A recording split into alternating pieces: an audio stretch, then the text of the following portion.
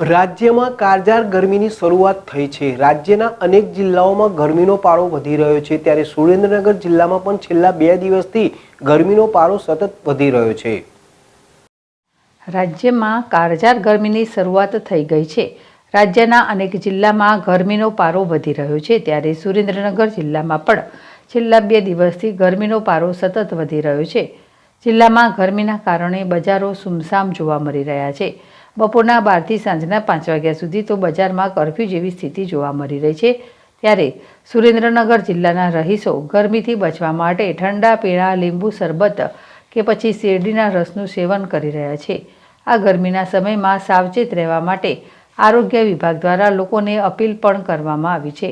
ખાસ કરીને સિનિયર સિટીઝનો, સગર્ભા મહિલાઓ, બ્લડ પ્રેશરના દર્દીઓ કે નાના બાળકોએ બને ત્યાં સુધી બહાર ન નીકળવું અને જે અન્ય લોકો કામ માટે બહાર નીકળે છે ત્યારે કોટનના કપડાં પહેરીને નીકળે, તેમજ કોઈને ઉલટી થવી, ચક્કર આવવા જેવા લક્ષણો જોવા મળે તો તાત્કાલિક દવાખાનાનો સંપર્ક કરવા જણાવ્યું હતું।